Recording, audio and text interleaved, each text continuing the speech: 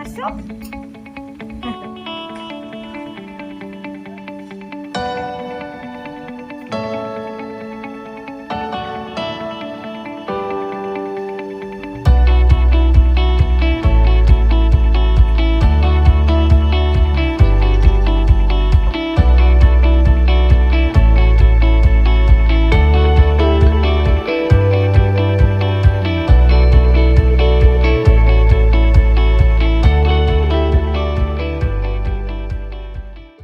Assalamualaikum warahmatullahi wabarakatuh. Waalaikumsalam warahmatullahi wabarakatuh. Bapak Ibu yang saya hormati, apa kabarnya pagi ini? Mohon maaf mengganggu waktunya, mengganggu aktivitasnya. Hari ini saya akan menyampaikan sebuah wawasan ilmu yang mungkin ada beberapa dari Bapak Ibu yang sudah mengerti, sudah paham, ada juga yang mungkin baru mendengar. Jadi maksud dari pemaparan saya itu, presentasi pada saat ini di depan Bapak Ibu guru bukan untuk menggurui ataupun menasehati, tidak, tapi kita ini berbagi ilmu baru yang menurut saya sangat penting untuk dipahami oleh seorang guru di sekolah. Jadi untuk ini saya akan diseminasi hasil pemahaman saya dari modul 1.4 tentang budaya positif. Nah, itu akan disampaikan sesuai dengan karakteristik di sekolah kita. Nah, apa itu sebenarnya budaya positif? Itu mungkin Bapak Ibu pernah mendengar budaya positif teh apa sih gitu. Oh, yang terpikir oleh Bapak Ibu saat ini kalau melihat di sekolah kita, apakah sudah ada budaya positif menurut Bapak Ibu? Kira-kira apa saja? Ada. Gimana Pak? Apa aja salah satunya? Salah satunya untuk program yang mengaji di awal. Iya, pengajian pagi itu juga ya masuk budaya positif. Ada lagi Bapak Ibu? Ya, literasi ya. Gimana Bu? 5S Bu. 5S, senyum, sapa, salam. Nah, itu juga ya kita sampaikan atau kita lakukan setiap pagi di gerbang menyambut siswa. Kemudian ada lagi ya, banyak ya, sholat berjamaah gitu ya. Kemudian sedekah pagi dan lain sebagainya. Itu termasuk budaya positif nggak menurut Bapak Ibu? Masuk. Ya. Jadi kita lihat apa sih sebenarnya budaya positif itu. Jadi budaya positif itu merupakan perwujudan dari nilai-nilai atau keyakinan yang kita yakini secara universal itu umum ya. Jadi semua hal yang positif itu bisa dijadikan sebagai budaya positif. Tuh. Kemudian budaya positif di sekolah tidak dapat diciptakan secara instan. Jadi ujug-ujug aja gitu. Misalkan seperti proses di sekolah kita pengajian pagi ini merupakan suatu proses yang sangat panjang gitu ya. Mulai dari awal, karena yang namanya pembiasaan itu kan tidak serta-merta diharuskan langsung semuanya patuh gitu kan, tidak seperti itu ya, jadi tidak instan. Kemudian dalam penerapannya juga kan diperlukan tuntunan dan tauladan dari guru-guru dulu gitu. Jadi guru dulu yang kita sebagai guru yang harus meneladani atau yang harus memberikan tauladan kepada siswa-siswa kita. Kemudian budaya positif itu suatu pendekatan untuk menerapkan disiplin dari dalam diri anak. Jadi anaknya yang harus mau pengajian pagi, anak jangan kita berharap anak itu ikut pengajian pagi itu bukan karena takut dihukum, bukan karena ingin dihargai atau ingin kasih reward, enggak juga gitu. Mungkin sekarang pemantiknya itu, tapi kedepannya anak ikut ngaji itu karena memang dari dirinya sendiri gitu ya. Jadi faktor intrinsik. Nah, bagaimana sih cara menerapkan budaya positif itu? Itu yang harus guru-guru pahami gitu ya. Nah, ini, jadi seorang guru yang baik harus memiliki kemampuan dalam mewujudkan budaya positif di sekolah. Jadi budaya positif ini diterapkan dengan cara bertahap gitu. Apa dulu gitu. Jadi konsep-konsep intinya ada disiplin positif gitu ya.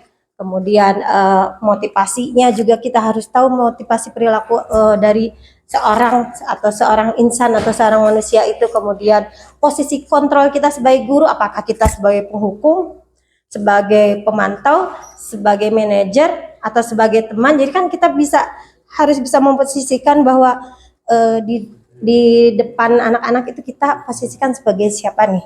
Apakah sebagai teman atau sebagai pembuat rasa bersalah? Misalkan, ayo dong jangan ribut lah, kasihan sama ibu. Nah, itu tepat nggak kalau kita melakukan itu? Atau kamu duduk, itu sebagai, kalau enggak dikurangin nih nilainya, itu misalkan sebagai penghukum. Nah kayak gitu-gitu kita harus memposisikan, tergantung dari situasi dan kondisi. Nah itu kita harus paham gitu ya. Kemudian keyakinan kelas atau keyakinan sekolah yang disusun beda dengan peraturan. Kalau peraturan itu kan satu arah, jadi peraturan ya peraturan gitu, tidak bisa diganggu gugat. Jadi tidak ada interaksi. Kalau peraturan sekolah tidak boleh membawa HP, ya sudah, itu bukan hasil kesepakatan dengan siswa, itu peraturan yang harus ditaati. Kalau kita meyakini budaya positif itu harus ke keyakinan di sekolah atau di kelas kita. Kira-kira kalau nanti kalian bawa HP, dampaknya apa nih di sekolah? Nggak concern, ingat aja ke HP, takut ada yang WA gitu ya. Kemudian pada saat istirahat, jam istirahat tidak akan berinteraksi, bersosialisasi kan siswa itu ya. Jadi pada HP semua gitu. Jadi dari situ timbullah keyakinan, oh iya ya, sebenarnya aturan tidak boleh bawa HP itu tepat buat kita untuk mengurangi anak-anak ketergantungan pada HP itu. Itu kayak keyakinan itu yang harus kita sebagai guru dapat dari siswa. Jadi jangan hanya pokoknya nggak boleh bawa HP, pokoknya harus ngerjakan, tapi harus dikasih alasan-alasannya supaya anak tuh yakin, oh iya kalau saya melakukan itu dengan ikhlas ternyata menyenangkan gitu. Jadi nggak ngerasa diatur siswa itu. Dan yang terakhir adalah segitiga restitusi ini dalam menyelesaikan sebuah masalah. Nah ini juga ilmu baru untuk saya setelah melihat, oh yang saya lakukan itu kalau ada siswa yang melanggar itu salah semua itu. Jadi kita menjudge siswa, ya udah kamu salah, kamu harus ini, konsekuensinya ini, hukumannya ini. Nah, ternyata langkah-langkah itu selama ini yang kita lakukan kadang-kadang ada yang tidak benar gitu, atau ya ada yang miss. Nah ini budaya positif di sekolah bisa terwujud kalau tahapan atau konsep-konsep ini juga bisa kita terapkan gitu. Nah yang pertama kita lihat, nah untuk apa yang tadi itu? Yang 6 konsep ini untuk apa? Untuk apa sih harus kita lakukan gitu? Nah, yang pertama disiplin yang mengajar penerapan disiplin. Kenapa disiplin positif? Jadi kan ada yang namanya disiplin negatif itu jatuhnya ke hukuman. Nah, disiplin positif itu kita mengarahkan siswa supaya taat aturan, tapi tidak dengan hukuman gitu. Jadi penerapan disiplin itu mengajarkan anak bertanggung jawab. Jadi dari menumbuhkan kesadaran dirinya, kemudian berdasarkan nilai-nilai kebajikannya dan nilai-nilai yang umum kita rasakan dalam kehidupan sehari-hari gitu. Contohnya hadir tepat waktu, jangan datang ke sekolah jangan terlambat. Jadi jangan memakai kata-kata yang negatif gitu. Itu disiplin positif. Jadi misalkan hadir tepat waktu, taat aturan, atau misalkan kamu jangan suka melanggar aturan ya. Jangan. Nah, jangan itu adalah kata-kata negatif. Nah, itu dihindari dalam menerapkan disiplin positif pada siswa. Jadi sudah saja hadir tepat waktu ya, atau jangan terlambat ya. Nah, itu ternyata suatu hal negatif gitu. Jadi jangan. Jadi dalam pemikiran siswa itu aturan teh, nah gitu. Jadi larinya aturan teh kayak gini sih, nah gitu. Tapi ganti dengan nilai-nilai kebajikan. Contohnya hadir tepat waktu ya, atau taat aturan, belajar dengan tekunnya. Kamu malas pisan, jangan malas belajar. Nah, jangan malas belajar itu kan hal yang negatif. Nah, itu tidak diterapkan pada saat mendisiplinkan siswa. Gitu. Kemudian disiplin diri dapat mengontrol diri dan dalam melakukan segala tindakan. Jadi kalau udah dari diri sendiri, mereka bisa mengontrol dirinya sendiri untuk tidak melanggar gitu. Kalau mereka sudah yakin. Gitu.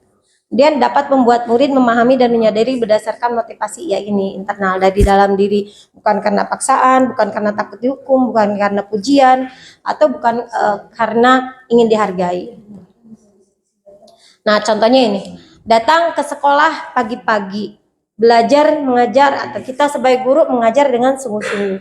Nah, ketika kita datang ke sekolah pagi-pagi bukan karena ingin reward dari kepala sekolah gitu. Jadi jangan menerapkan pengen dipuji aku kepala sekolah, enggak gitu ya.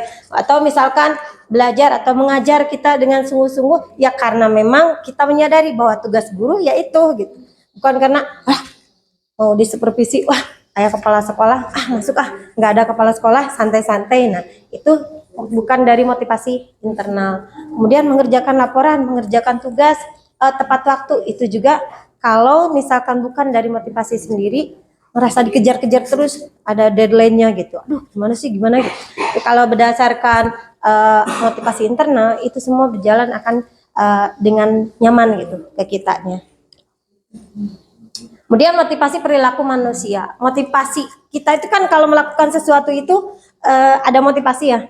Misalnya kita kuliah ke pendidikan, kita harapkan kita kuliah di pendidikan itu bukan karena nyemplung atau nyasar, tapi memang benar-benar ingin jadi guru gitu. Kadang-kadang sekarang ada, lu kesini nggak lulus, kesini lulus nggak lulus, lulusnya kesini. Ya udahlah, cebur aja jadi guru, nggak begitu. Jadi motivasinya seseorang melakukan perilaku seseorang itu didasari oleh motivasi gitu ya.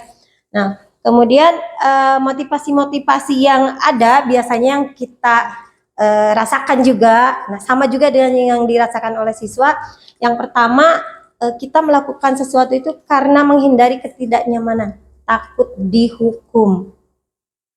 Saya masuk kerja, saya ke sekolah terlambat, takut ditegur kepala sekolah gitu.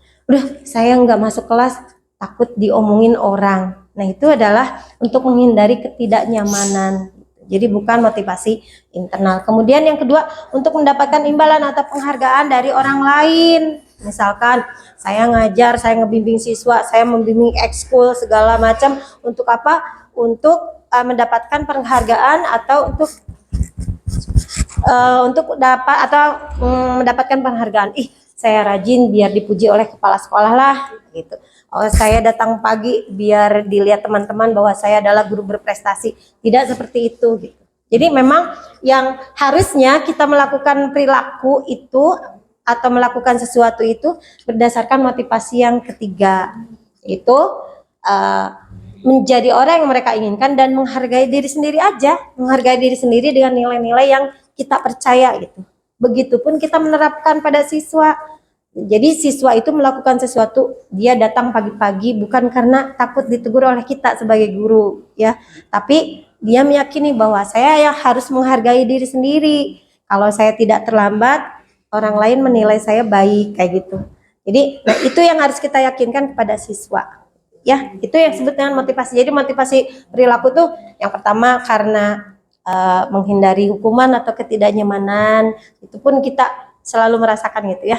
Kemudian yang kedua ingin mendapatkan imbalan atau pujian atau penghargaan, dan yang ketiga ini yang harus kita yakini bahwa kita melakukan sesuatu itu untuk menghargai diri kita saja. Kita rajin, kita tepat waktu gitu. Itu untuk menghargai diri sendiri. Kemudian, kalau motivasi eksternal, perilaku manusia dipengaruhi juga oleh motivasi eksternal dari luar.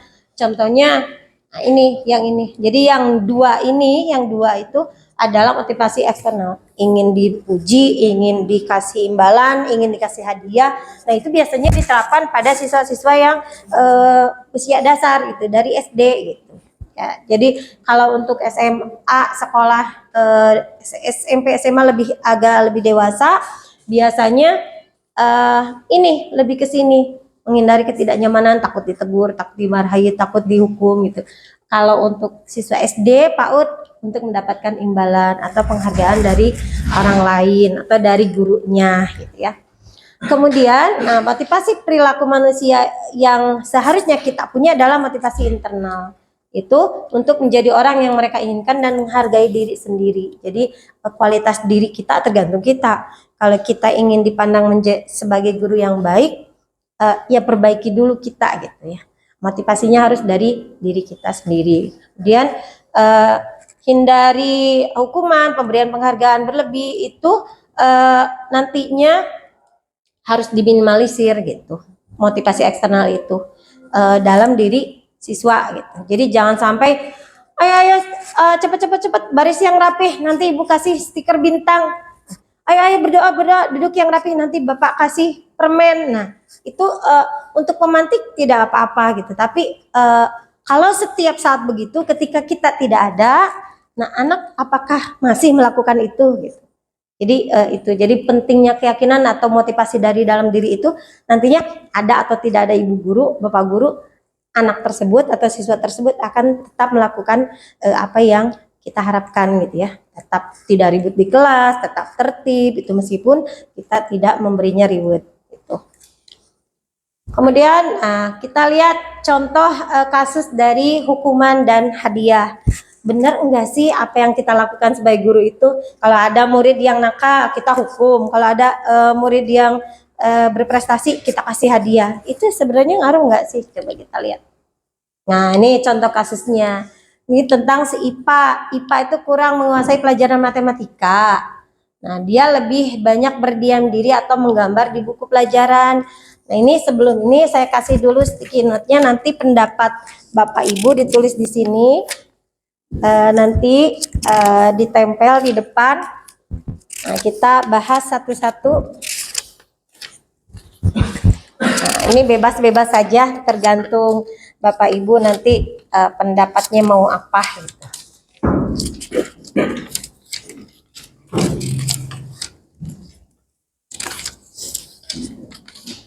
Sudah. Nah, kasusnya ini. Jadi si IPA itu nggak suka pelajaran matematika. Ada yang mengampu pelajaran matematika ya? Bapak, Ibu, yang mana? Coba. Ternyata si IPA nggak suka matematika. Jadi dia setiap pelajaran matematika, dia aja terus gambar-gambar di buku gitu. Pada saat guru matematikanya si Pak Seno menanyakan pertanyaan ke IPA, IPA kan jadi gugup. Karena dia nggak suka, dia nggak memperhatikan tuh. IPA gugup, tak sengaja menjatuhkan tasnya, tiba-tiba menjadi gagap saat berupaya menjawab. Nah, seluruh kelas pun tertawa melihat perilaku IPA yang berbicara tergagap dan terkejut. Nah, Pak Seno sebagai guru matematika, apa tindakan dia melihat IPA ditertawakan oleh teman-temannya? Pak Seno pada saat itu membiarkan teman-teman IPA menertawakan IPA yang tergagap dan malu luar biasa. Tuh, itu tindakan Pak Seno sebagai guru matematika. Dan malahan minta IPA untuk maju ke depan, berdiri di depan kelas sambil menunjuk hidungnya. Karena nggak bisa menjawab pertanyaan gitu. Nah, kelas kan makin gaduh, anak-anak masih makin tertawa. Di situ kan bagaimana perasaan IPA pada saat itu? Dia sudah nggak suka pelajaran matematika, oleh gurunya diperlakukan seperti itu, yakin pasti hatinya terpuruk ya, sakit sekali. Nah, kemudian IPA teman-temannya tertawa semua. Nah, coba saya ingin umpan balik dari Bapak Ibu yang nomor 1 dulu. Apakah Bapak Ibu setuju dengan tindakan Pak Seno terhadap IPA? Kalau setuju kenapa? Kalau tidak setuju kenapa? Nah, kita posisikan kita sebagai Pak Seno. Kalau kita di kelas ada pelajaran yang pelajaran kita anak tidak suka, apa tindakannya? Jadi apakah Bapak Ibu setuju dengan tindakan Pak Seno terhadap IPA? Kalau setuju kenapa? Kalau tidak kenapa?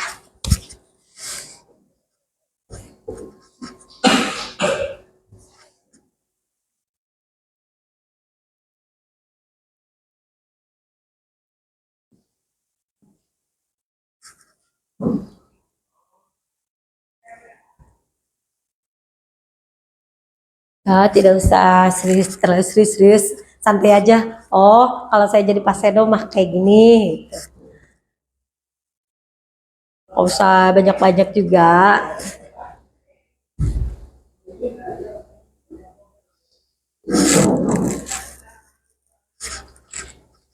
Jadi ketika kadang-kadang kita melakukan sesuatu di kelas itu tanpa kita sadari tindakan kita itu menyakiti siswa gitu. Tapi ada saatnya kita memposisikan. Nanti kita belajar sama-sama posisi kontrol sebagai guru. Kita memposisikan sebagai teman, sebagai pembuat rasa bersalah, atau sebagai manajer, atau sebagai pemantau doang. Kita hanya memantau aja gitu. Di sini langsung aja ditempel di sini. Enggak, nomor 1 aja dulu. Yuk, ayo tempel di sini yuk.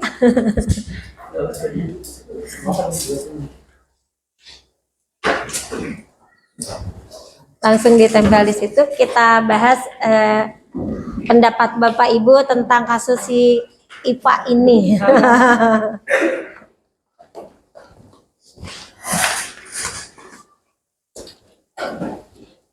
Oke, baik, kita lihat apakah Bapak Ibu setuju dengan tindakan Pak Seno terhadap IPA? Yang pertama, tidak setuju karena secara tidak langsung tindakan Pak Seno itu merupakan bullying, mempermalukan siswa dan siswa di depan umum. Itu pendapat Bapak Ibu yang pertama. Yang kedua, tidak setuju karena perilaku Pak Seno mempermalukan IPA di depan teman-temannya, tindakan yang harus dilakukan Pak Seno jika hendak menegur IPA seharusnya saat itu tidak di depan teman-temannya. Itu pendapat yang kedua dari teman-teman guru. Dan tidak, karena tindakan tersebut tidak tepat dan bisa membuat IPA merasa malu dan bisa membuat IPA tidak mau lagi mengikuti pelajaran tersebut. Betul.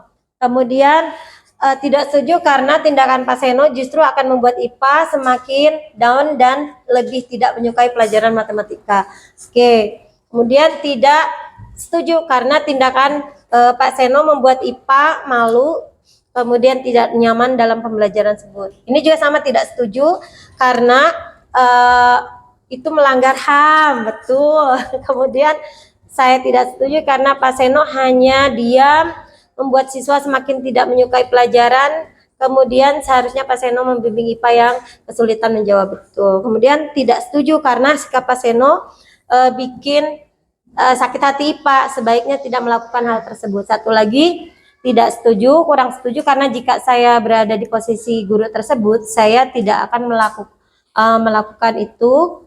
Lebih baik membicarakannya berdua dengan IKA. Tuh. Dari semua pendapat teman-teman, Bapak Ibu semua, ada satu kesimpulan bahwa kita semua sepakat tidak setuju dengan apa yang dikatakan atau yang dilakukan oleh Pak Seno. Gitu. Alasannya sangat banyak sudah dipaparkan, dan menurut Anda, menurut Bapak Ibu sekarang, tindakan Pak Seno itu terhadap IPA sebuah hukuman atau konsekuensi? Bisa langsung aja kita ngobrol, diskusi. Menurut Ibu itu hukuman atau konsekuensi? Hukuman. Kalau menurut Bapak sama, hukuman. Sama ya, hukuman. Hukuman karena tidak menimbulkan ketidaknyamanan pada IPA. Ya, coba kita lihat. Nah, ternyata begini. Jadi untuk menerapkan disiplin positif itu ada disiplin, ada berbentuk hukuman, konsekuensi, dan restitusi. Nah, kita lihat kalau konsekuensi dan restitusi itu membentuk disiplin akan menyebabkan seseorang atau menimbulkan identitas sukses itu seseorang menjadi sosok yang baik gitu. Tapi kalau kita menerapkan dengan hukuman itu akan menyebabkan identitas gagal, siswa merasa gagal, siswa merasa terpuruk. Alasannya apa? Coba kalau hukuman itu sesuatu yang menyakitkan. Menyakitkan kalau kita menghukum siswa, meskipun dengan kata-kata, kamu mah ya udah, kamu saya potong nilainya, ya udah, nanti kamu nggak ikut pelajaran Bapak, ya udah itu. Nah, itu sebuah kata-kata yang menurut kita biasa untuk mendisiplinkan anak, ternyata anak merasa sakit hati itu. Kemudian dia tidak nyaman untuk jangka waktu panjang, ingat terus. Ya ingat terus. Saya dulu juga pernah waktu saya kelas 2 SD, sampai sekarang saya udah tua gini, waktu kelas 2 SD saya disuruh ke depan mengerjakan tidak bisa, sama seperti si IPA, ditertawakan, dipermalukan oleh gurunya, didiemin gitu. Sampai sekarang saya udah seumuran begini, keinget aja waktu kelas 2 SD tah. Namanya juga masih ingat guru itu. Nah, itu kalau kita memberikan hukuman pada siswa, itu akan diingatnya sepanjang hayatnya itu. Jadi hindari itu. Kemudian korban mendapatkan keadilan. Kalau untuk teman-teman itu keadilan kali. Ketika ada anak yang tidak mengerjakan tugas, kita keluarin. Kamu keluarin, nggak usah pelajaran, nggak usah ikut pelajaran saya. Menurut teman-teman itu adil. Iyalah, saya semalaman ngerjain tugas, dia nggak ngerjain, enak aja. Menurut dia, teman-teman adil. Tapi dari keadilan ini akan ada korban. Nah, anak yang kita keluarkan dia tidak ikut pelajaran, tertinggal pelajaran, merasa malu, merasa sakit hati. Dia korban dari hukuman kita. Itu. Jadi hindari itu gitu. Kemudian murid atau anak akan tersakiti, jelas ya dengan kata-kata itu. Kemudian perilakunya bisa berubah, bisa pasif, bisa agresif, meningkat. Pasifnya, kalau siswa dihukum ada yang diem aja. Diem itu bukan karena nurut, tapi bodoh amat gitu. Oh, lihat aja ntar ya. Jadi pasifnya tuh pasif, jadi naik. Atau agresif, dia menolak. Jadi membantah, kemudian melawan kita secara agresif. Nah, itu akan meningkat ketika kita melakukan menerapkan hukuman. Beda kalau kita misalkan lihat, kalau kita mendapatkan konsekuensi, sesuatu harus terjadi karena dia tidak mengerjakan tugas misalkan, nggak usah dihukum. Misalkan kamu keluar karena nggak ngerjain tugas, kita konsekuensinya, kalau kamu nggak ngerjain tugas, konsekuensinya apa? Nggak dapat nilai, Bu. Bagus. Nanti ulangan bisa nggak? Nggak bisa. Itu cukup untuk menghukum. Tapi bisa berulang-ulang, Bu. Coba kita lihat yang lainnya. Nah, pada saat konsekuensi kita lakukan, terapkan pada anak merasa tidak nyaman, tapi tidak akan lama, sebentar. Oh iya, gara-gara saya nggak ngerjain tugas, saya jadi nggak bisa, ulangan saya jadi jelek. Nah, itu tidak nyamannya sebentar. Kemudian keuntungan dari yang lainnya, korban bisa diabaikan. Gitu. Jadi dia ketika kita tegur dengan konsekuensi, dia jadi korban, tapi bisa kita abaikan. Kenapa? Karena dia akan bisa mengobatinya sendiri. Saya tidak akan mengulanginya lagi nanti, dibandingkan kalau anaknya dikeluarin gitu. Ya. Kemudian murid dibuat hanya tidak nyaman saja, tidak akan sakit hati. Ya. Kamu kalau nggak mengerjakan tugas, kamu kalau nggak datang tepat waktu, apa konsekuensinya? Dia jelasin sendiri ya, kesalahan-kesalahan dia. Nah, itu membuat anak hanya tidak nyaman aja, bukan sakit hati. Itu konsekuensi. Kemudian penguatan hanya bertahan dalam jangka waktu pendek. Ketika kita melakukan diskusi dengan anak tentang kesalahan dia, nah itu akan dalam jangka waktu pendek dia teringat, tapi kedepannya dia akan berubah sikapnya. Nah, kalau restitusi ini adalah kesepakatan bersama. Ini pilihan, anak disuruh milih.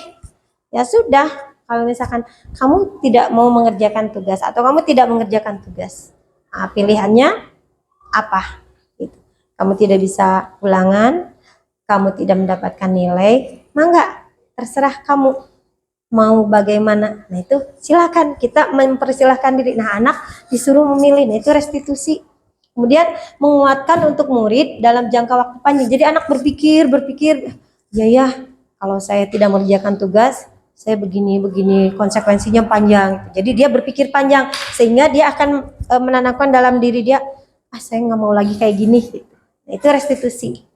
Kemudian korban mendapatkan ganti. Korban mendapatkan ganti maksudnya dia akan terganti ketika kita tegur, kita tanya kenapa tidak mengerjakan tugas. Nah, dia akan mendapatkan sesuatu hal yang positif dengan diskusi kita gitu. Kemudian murid akan mendapatkan penguatan. Jadi dengan kasus yang ini, ketika kita ajak ngobrol, murid itu akan merasa, oh kedepannya saya tidak akan melakukan lagi. Nah, itu harapan kita yang namanya disiplin positif, ujung-ujungnya ini, dan masalah pun terpecahkan.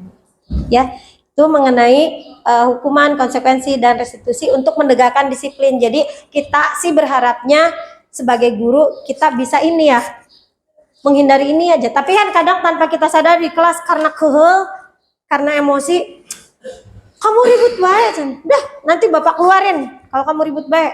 Nah, kadang-kadang itu tercetus, padahal kita hanya tidak dengan hati, tapi diterima dengan anaknya, pasti ada sesuatu yang tidak nyaman di hatinya. Jadi kita hindari hukuman, kita belajar untuk mendisiplinkan siswa itu dengan dua hal, bisa konsekuensi dengan restitusi, ya, tidak dengan hukuman. Nah, apa saja kata-kata yang menyiratkan hukuman? Ini contohnya. Peraturannya adalah kamu harus. Nah, kamu harus. Itu juga suatu kata-kata yang menghukum. Kemudian, nah, anak akan membenci peraturan. Kenapa? Karena kita selalu menyebutkan kan peraturannya gitu, kamu harus gitu. Jadi anak benci ke peraturan. Apa sih peraturan terus itu? Apalagi anak SMA itu ya. Nah, kemudian negatifnya, awas kalau kamu lakukan lagi, awas kamu kalau kesiangan lagi, awas kalau nggak ngerjain tugas lagi. Nah itu kata-kata yang menghukum. Jadi modelnya itu paksaan, memaksa anak harus patuh. Nah itu akan membuat anak malah benci gitu. Nah kalau restitusi, nah ini memerlukan nah kelemahannya memerlukan monitoring, terus-terusan harus kita awasi, ada perubahan nggak gitu. Kemudian konsekuensi ini membantu penerapan mengikuti aturan di masyarakat, hanya di sekolah gitu. Kemudian kata-katanya biasanya coba menurut peraturannya apa? Misalkan ada anak yang tidak mengerjakan tugas kita, peraturannya apa? Saya tidak dapat nilai Bu gitu. Oke, terus yang lainnya nanti saya ulangannya tidak akan bisa Bu. Oke, ada lagi? Nah gitu. Jadi itu konsekuensi. Terus kamu mampu nggak memperbaikinya? Kamu mampu nggak melakukannya? Atau kata-kata terima kasih. Nah, hal sederhana terima kasih. Setiap kita dibantu siswa, setiap kita sudah mengajar, kata-kata terima kasih itu sederhana tapi akan berkesan pada anak. Jadi terima kasih ya udah menjawab, terima kasih ya udah nggak ribut, terima kasih ya udah mengerjakan tugas semuanya gitu. Terima kasih ya udah bantu ibu melaksanakan pembelajaran dengan menyenangkan. Nah itu kata-kata terima kasih sederhana tapi akan berkesan buat anak. Itu konsekuensi. Kemudian anak akan menghormati peraturan karena nggak ditakut-takutin gitu. Kemudian sifatnya netral, tidak negatif. Jadi lakukan apa yang saya katakan gitu. Jadi ketika kita mengatakan harus mengerjakan tugas, konsekuensinya kan ini. Anak akan mengikuti gitu. Jadi menstimulus merespon anak, oh iya ya Bu, nanti kedepannya saya tidak akan melakukan lagi. Nah, restitusi apa? Kalau restitusi, murid diajarkan untuk bertanggung jawab pada perilakunya. Kalau dia melakukan kesalahan, tanggung jawab. Kamu kan udah melakukan kesalahan gitu. Kemudian fokus pada pemecahan masalah dalam jangka waktu panjang. Jadi meskipun ada beberapa masalah, mereka akan bisa menyelesaikannya sendiri. Kemudian, nah ini kata-katanya, coba apa yang kamu yakini, gitu. Bahwa iya Bu, bahwa saya salah tidak mengerjakan tugas, gitu. Oke, yakin ya, kamu tahu kamu itu salah, iya. Oke, jadi penguatan. Apa yang bisa kamu lakukan untuk memperbaiki masalah ini? Saya akan mengerjakan tugas Bu. Saya akan tidak akan melakukannya lagi. Nah itu restitusi. Jadi anak akan menghormati dia sendiri karena tidak kita jatuhkan, kemudian bisa menghormati orang lain. Jadi sifatnya positif. Apakah ini yang sesungguhnya ingin kamu lakukan? Jadi ini yang disebut dengan teori kontrol. Nah lanjut ke ini. Nah ini kalau hukuman mendorong menyalahkan diri, konsep dirinya jadinya buruk karena dia berada di posisi yang salah. Kita salahkan karena kita hukum gitu. Kemudian nah ini pada akhirnya murid bukannya kapok tapi akan menyembunyikan kesalahan-kesalahan yang lain. Melanggar lagi gitu. Karena apa? Ya nggak ada perasaan bersalah daripada dirinya gitu. Karena dia dihukum. Nah ini dengan penguatan negatif gitu. Kita kontrolnya. Dampaknya murid bagaimana? Marah, merasa bersalah, rendah diri, kemudian mengasingkan diri dari teman-temannya, kemudian karena sangat melukai. Nah ini dibuat hukuman ini hanya dibuat oleh guru sepihak, satu arah. Jadi kita yang dengan bebasnya karena kita guru bebas menghukum anak, kamu begini. Nah itu mindset itu coba kita sama-sama untuk belajar dihilangkan. Saya pun sama masih belajar. Nah kalau konsekuensi, mendorong kepatuhan, anak secara tidak langsung menjadi patuh gitu. Kemudian belajar mengenai konsep diri. Kemudian murid akan belajar taat aturan gitu, karena kita dorong untuk patuh, tapi tidak kita paksa. Kemudian mencoba mengontrol anak dengan penguatan yang positif. Kalau kamu tidak mengerjakan tugas kan begini. Anak sendiri yang menjelaskan kesalahannya dan konsekuensinya. Nah ini kehilangan hak untuk sementara aja. Oke, hari ini karena nggak mengerjakan tugas, kamu nggak dapat nilai ya. Kedepannya bagaimana? Nggak Bu, kedepannya saya akan melakukan mengerjakan tugasnya itu. Kehilangan hak untuk sementara. Tuh. Kemudian kalau sudah diketahui dan dia, yang penting anak mau masuk akal ya. Oh iya, saya begini karena begini, saya begini karena begini, pasti patuh. Nah ini biasanya dibuat oleh guru dan murid. Kalau kamu nggak ngerjain tugas, konsekuensinya apa? Nggak dapat nilai Bu. Nah gitu. Jadi dua arah kalau konsekuensi. Nah kalau restitusi ini mendorong disiplin positifnya, konsep dirinya kuat karena anak yang berniat untuk berubah. Kemudian murid bisa memecahkan masalah, kemudian murid bisa paham bahwa dirinya yang memegang kontrol diri. Jadi tidak kita atur-atur. Kemudian murid tidak kehilangan waktu namun bersemangat untuk memperbaiki diri. Oh iya ya, kirain tadi saya nggak kerjain tugas dihukum, ternyata enggak, diajak diskusi. Saya akan memperbaiki diri. Itu kalau restitusi ya. Kemudian berupa undangan untuk mengadakan restitusi. Jadi anak tuh diajak diskusi. Sini, kamu tadi nggak ngerjain tugas, yuk ngobrol yuk sama ibu, ngobrol yuk sama bapak. Anak-anak lebih menghargai kita dan jatuhnya ini mah restitusinya dibuat oleh murid atau anak. Jadi kita tidak ngatur-ngatur, anak sendiri yang mengatur. Nah, kita latihan pemahaman dulu. Nah, tapi sebelum latihan pemahaman, kita ice breaking dulu. Bapak Ibu tinggal melihat, meniru gerakan yang ada di sini. Sudah nyala ya itunya ya. Oke, siap. Yuk.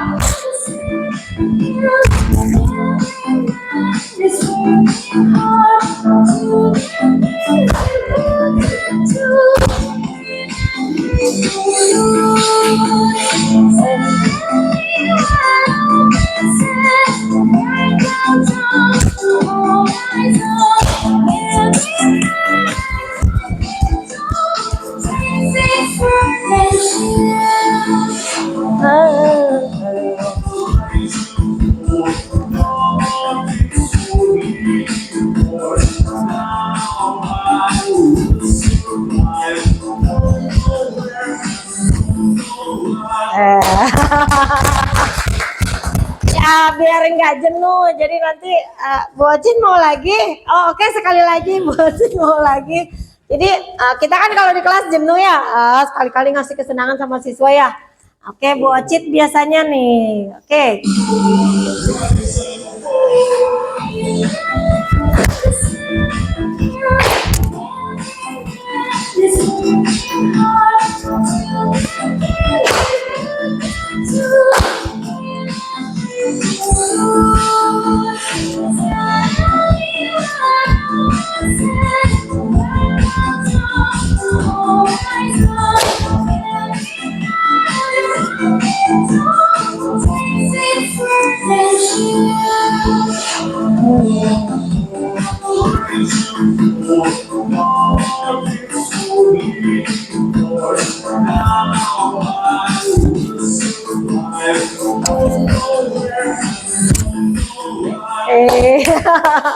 Oke, sedikit ya Ibu, Bapak Ibu intermezzo aja.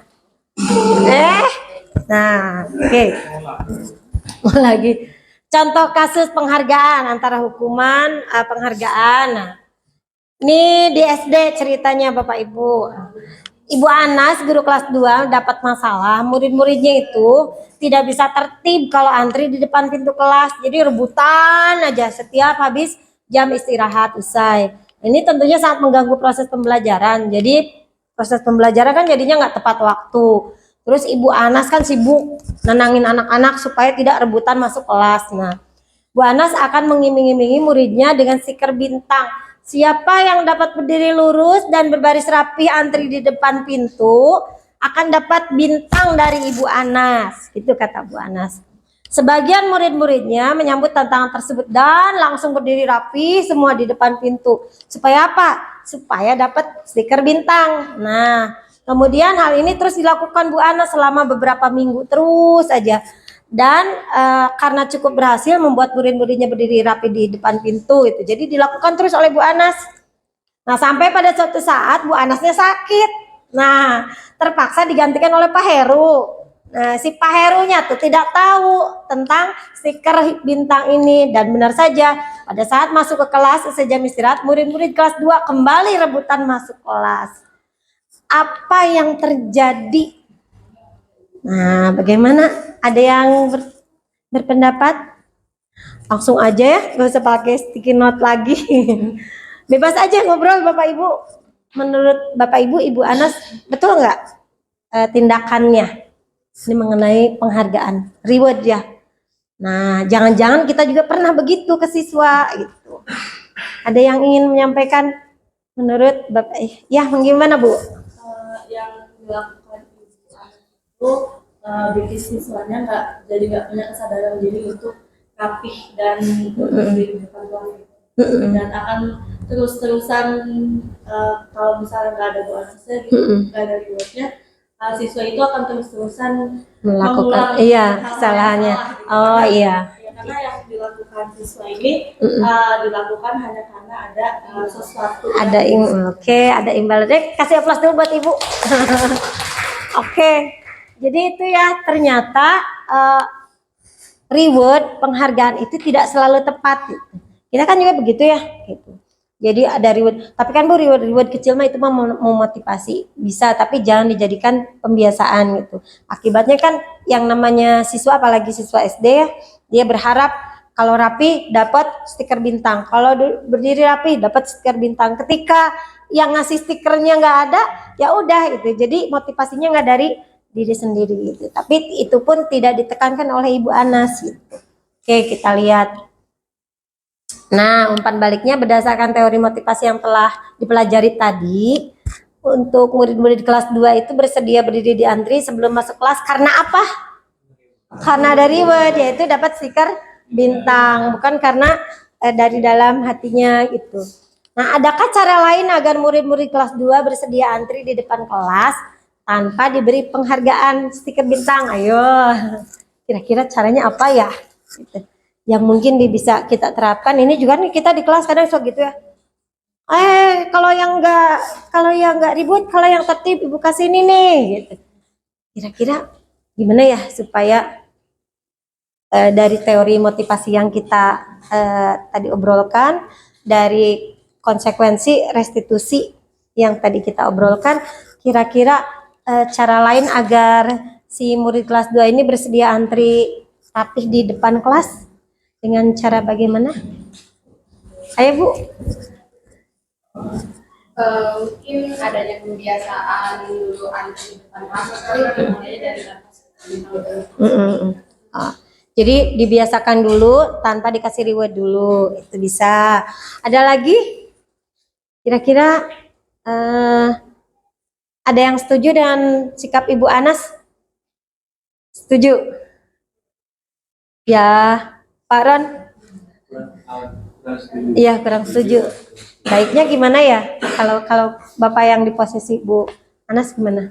Kalau misalkan untuk reward sih boleh, cuman jangan terlalu keseringan. Soalnya kalau misalkan keseringan biasanya murid-murid itu punya ekspektasi lebih. Kalau misalkan dia melakukan sesuatu, dia harus dapat reward lagi. Iya, betul sekali. Bahwa reward itu tidak selamanya tepat diberikan kepada siswa-siswa kita gitu. Itu juga ilmu baru yang saya dapat gitu. Jadi saya ingin berbagi dengan Bapak Ibu bahwa setiap kita memberikan materi, kemudian siswa kita melakukan sesuai dengan harapan kita, istilahnya berprestasi baik itu. Tidak ada salahnya memberikan reward, tapi jangan menjadi kebiasaan itu. Karena lama-lama, reward itu kan tidak, malah anak jadinya, saya akan berprestasi lagi, tapi itu nantinya akan ingin ada ekspektasi yang lebih, biar saya dapat reward, bukan karena melakukannya untuk dia sendiri gitu. Kalau saya tambah berprestasi kan yang mendapatkan untungnya adalah saya, ilmunya tambah banyak gitu. Tidak begitu, tapi karena dapat reward itu gitu. Nah, kita lihat dari yang ketiga adalah posisi kontrol. Ini kita lihat video dari ibu ini.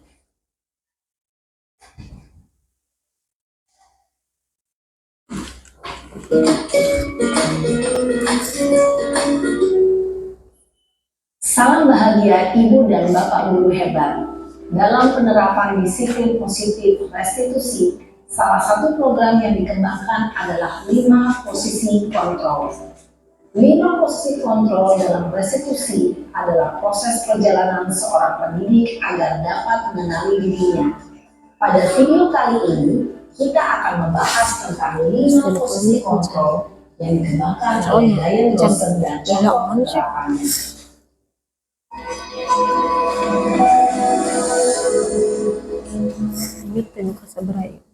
Lima posisi kontrol itu adalah: 1. Posisi penghukum. 2. Posisi pembuat merasa bersalah. 3. Posisi teman. 4. Posisi pemantau atau monitor. Dan 5. Posisi manajer. Untuk lebih memahami kelima posisi tersebut, mari kita saksikan kasus Naren yang terlambat hadir 20 menit di sekolah dan melihat bagaimana kelima posisi kontrol dalam menghadapi masalah tersebut.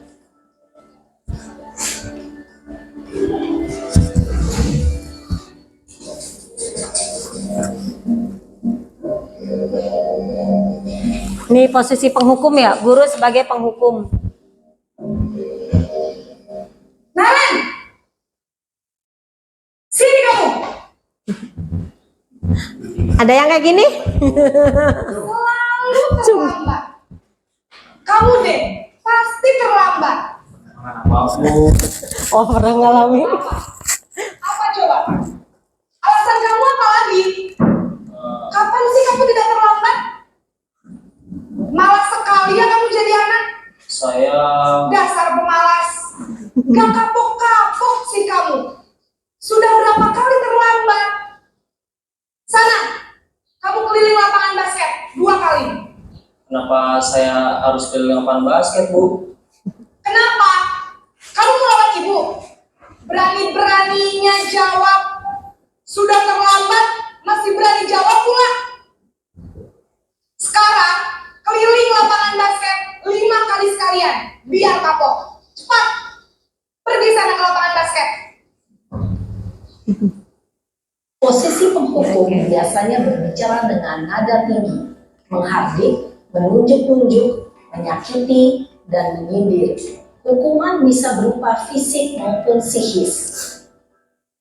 Ibu dan bapak guru hebat. Dampak yang terjadi pada murid ketika guru berada pada posisi penghukum adalah murid cenderung akan memberontak, bahkan menyimpan dendam. Nah, kita lihat posisi pembuat merasa bersalah nih. Kita pernah nggak melakukan ini sebagai guru?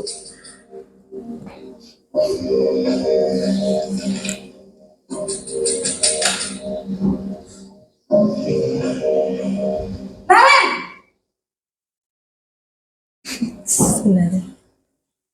Selamat pagi Bu. Naren. Kamu kenapa terlambat lagi, nak? Ya Tuhan, Naren. Kamu senang ya bikin ibu susah ya? Kalau kamu terlambat lagi, nanti ibu yang ditegur bapak kepala sekolah, nak. Disangka ibu tidak bisa membina kamu. Duh, gimana ini? Maaf Bu. Duh, Gusti Naren. Kamu suka ya kalau ibu ditegur bapak kepala sekolah? Terus, sekarang ibu harus tulis apa ini di buku absen? Ini kamu sudah sering terlambat loh. Ibu harus apa coba? Maaf Bu. Maaf sekali. Ya sudah, lain kali jangan bikin ibu susah lagi ya, nak ya. Ibu tidak akan kuat lagi kalau kamu begini terus. Bisa jantungan kalau ibu tegur bapak kepala sekolah. Sana cepat ke kelas. Maaf ya Bu. Maaf sekali. Posisi pembuat rasa bersalah berbicara dengan nada tenang, cenderung lembut, namun kata-kata yang diutarakan membuat murid merasa menjadi orang yang gagal, memandang buruk dirinya sendiri, merasa tidak berharga, dan tidak sanggup membahagiakan orang lain. Ketika guru mengambil posisi pembuat rasa bersalah, murid akan menganggap dirinya yang bersalah dan ia akan menyimpan emosi negatif tersebut di dalam dirinya. Coba kita lihat kalau memposisikan sebagai teman.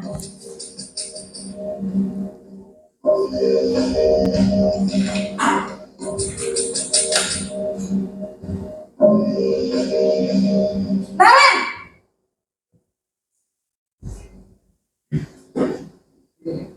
Selamat pagi, Bu. Wah, sudah jam berapa ini, nak? Terlambat lagi ya, sayang. Iya, Bu. Habis ibu saya lupa bangunkan saya, Bu. Kamu malah menyalahkan ibu kamu. Kamu bukannya anak yang larinya paling kencang. Kok terlambat sih? Iya, Bu. Saya memang terlambat bangun tadi.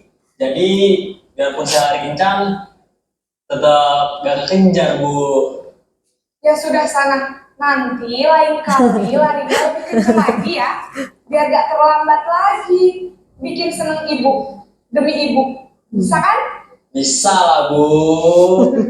Ya sudah sana masuk kelas. Ibu beresin urusan absen kamu. Kamu ini ada-ada saja.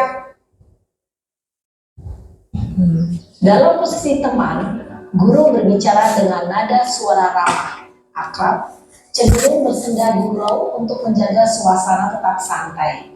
Murid akan merasa senang, aman, dan akrab dengan guru.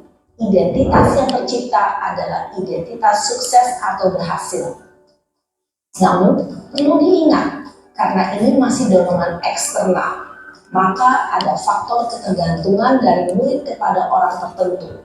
Di sini, guru absennya, sehingga di lain waktu, murid bisa berperilaku baik, namun hanya kepada orang-orang tertentu saja.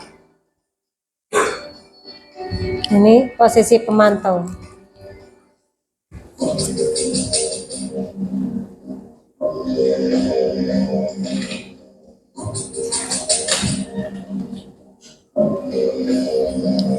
Naren!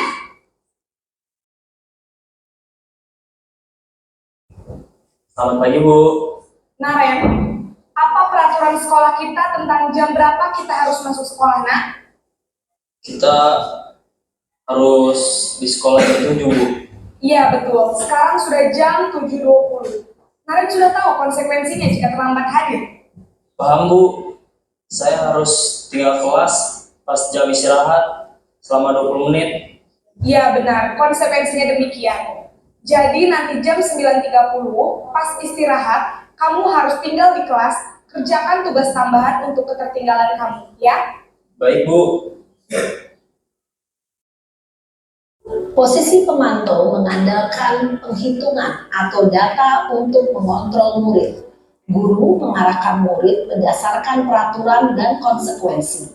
Seorang pemantau menunjukkan bahasa tubuh dan ekspresi wajah yang datar dan cenderung formal. Ini posisi manajer yang terakhir.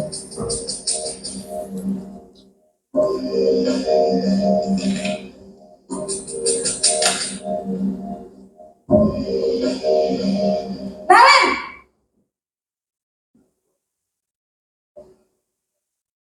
Selamat pagi, Bu. Selamat pagi, Naren. Maaf, Bu. Saya terlambat. Iya, sekolah masuknya jam 7, sekarang sudah jam 7.20. Jadi sekarang bagaimana ini, Naren? Maaf, Bu. Saya lupa setel alarm saya semalam. Baiklah, menurut kamu, keyakinan sekolah yang mana yang perlu kamu tingkatkan? Menghargai diri sendiri dan orang lain mungkin ya, Bu. Setuju. Jadi, apakah Naren meyakini prinsip saling menghormati tersebut? Iya, Bu. Saya meyakininya. Apakah Naren bersedia memperbaiki masalah keterlambatan ini? Bersedia, Bu. Bagaimana kamu akan perbaiki masalah keterlambatan ini? Saya akan coba untuk tidak lupa menyetel alarm saya, Bu. Baik, kalau Naren lupa menyetel alarm di rumah, ada orang yang kira-kira bisa bantu mengingatkan tidak? Ada, Bu. Kakak saya, Kak Emma. Ada lagi selain Kak Emma? Selain Kak Emma, ada ibu saya. Baik, jadi yang mengingatkan Naren adalah Kak Emma dan ibu kamu ya? Kira-kira akan mulai setel alarm kapan nih, Naren? Setelah pulang sekolah, akan segera saya lakukan. Baik, jadi Naren akan setel alarm untuk bangun besok pagi dan akan diingatkan oleh kakak dan ibunda Naren ya. Ada lagi yang mungkin perlu dilakukan, Naren? Agar tidak terlambat bangun lagi. Tidak ada, Bu. Baik, Naren. Terima kasih untuk kerjasama kamu. Sekarang kamu perlu kembali ke kelas untuk belajar. Baik Bu, terima kasih. Posisi manajer adalah posisi kontrol yang disarankan untuk membimbing murid memiliki sikap disiplin yang positif, yaitu murid yang mandiri, bertanggung jawab, dan dapat memecahkan masalah. Tujuan dari posisi ini adalah agar murid dapat berefleksi atas tindakannya. Guru akan dengan tulus memberikan pertanyaan-pertanyaan bermakna, sehingga membuat murid dapat belajar dari kesalahannya dan mencari sebuah solusi untuk menyelesaikannya. Ibu dan Bapak guru hebat, setelah mengamati adegan kelima posisi kontrol tadi, kira-kira posisi mana yang paling ideal? Posisi mana yang dapat menunjang motivasi intrinsik murid? Ya, tentu posisi manajer. Posisi ini memang posisi ideal yang ingin dituju setiap pendidik. Pada posisi inilah, guru dapat menerapkan disiplin positif yang berpihak pada murid, yang memerdekakan murid. Perjalanan seorang pendidik tentunya tidak mudah untuk sampai pada posisi seorang manajer. Namun, tujuan kita pasti, yaitu menciptakan murid-murid yang mandiri, merdeka, dan bertanggung jawab. Semoga penggambaran 5 posisi kontrol yang telah diperlihatkan ini dapat menjadi ajang refleksi bagi kita semua, agar dapat terus mengasah dan menerapkan disiplin positif yang memerdekakan murid. Mari terus berlatih dan bersemangat. Selamat menerapkan. Salam dan bahagia Ibu dan Bapak guru hebat. Oke. Nah, nih, jadi untuk mendapatkan posisi manajer banyak hal yang kita harus lalui ya. Jadi kita setelah melihat video tadi, saya sendiri gitu pribadi berkaca, aduh saya mah belum ke manajer ya, paling gampang paling penghukum gitu ya. Tapi kadang-kadang dengan memposisikan diri sebagai teman juga kan ada beberapa dampaknya juga ya. Tadi membuat merasa bersalah, dampaknya apa teman. Nah, kadang setelah melihat video tadi, jadi kita bisa berkaca diri bahwa, oh saya mah baru nyampe sini nih, belum bisa menjadi ini misalkan. Sampai sekarang pun saya merasa untuk jadi ini tuh berat gitu ya, untuk menjadi ada di posisi manajer. Ini posisi kontrol seorang guru. Jadi harus bisa menempatkan kapan kita menjadi teman mereka, kapan kita harus jadi ini gitu ya. Jadi yang idealnya memang harus bisa menjadi manajer pada siswa-siswanya, posisi kontrolnya.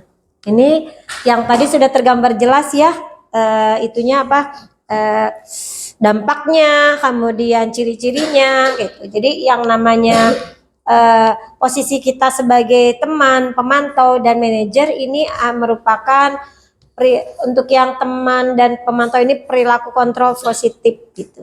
Jadi kalaupun kita bisa menerapkannya untuk menuju ke manajer, kita bisa itu. Tapi jangan lupa biasanya apalagi bapak ibu yang masih muda-muda ya, itu anak itu kan memposisikan diri sebagai teman ya, kebanyakan gitu ya. Tapi ada juga kalau kita salah bersikap, anak jadinya nyalutak gitu ya. Nah jadi sok akrab gitu. Kita boleh akrab dengan siswa tapi harus tetap ada batasan bahwa kita seorang guru, dia murid. Jadi harus ada batasan-batasan yang memang harus dipenuhi gitu. Jadi jangan sampai si siswa itu karena kita memposisikan diri sebagai teman, masuk ke komunitas mereka jadi nyalutak gitu ya. Jadi tidak sopan. Nah, itu harus dijaga juga. Kemudian posisi pemantau juga merupakan kontrol positif. Nah, kemudian kalau kontrol yang sudah bisa mengontrol diri untuk siswa ya ini posisi manajer. Nah, ketiga posisi kontrol ini akan menyebabkan identitas sukses sehingga siswa akan berperilaku positif. Nah, kenapa? Karena dia mempunyai ada motivasi intrinsiknya, ada motivasi eksternalnya itu. Nah, kalau yang posisi manajer dia sudah punya motivasi intrinsik. Nah, kalau pembuat rasa bersalah dan posisi kontrol sebagai penghukum, ini merupakan perilaku kontrol yang negatif itu. Kalau bisa kita hindari gitu. Saya pun sulit untuk menghindari ini, apalagi menghindari ini. Kalau saya kayaknya seringnya ini deh. Saya seringnya ini. kamu gimana sih nanti kalau ibu gini gimana gitu. Kamunya harus kasihan sih sama ibu kan seperti gitu ya. Nah biasa kalau ibu-ibu mah gitu. Saya masih merasakan ini nih masih kadang gitu. Tapi setelah mengetahui ilmu tentang posisi kontrol guru, jadi saya sudah mulai berkiblat belajar bagaimana sih caranya menjadi posisi manajer dari seorang guru itu gitu. Kita juga semua harus belajar. Kemudian nah ini apa yang di guru perbuat dalam posisi penghukum dan pembuat rasa bersalah tadi sudah dijelaskan dengan sangat jelas oleh video. Nah ini semua karena perilaku kontrolnya negatif, dia akan menyebabkan identitas gagal, ya. Jadi motivasinya dari eksternal semua, bahkan kalau untuk penghukum itu kadang-kadang melemahkan motivasi anak gitu. Nah ini guru-guru. Nah ini kalau hukuman, kalau kamu tidak melakukannya saya akan main ancam gitu ya.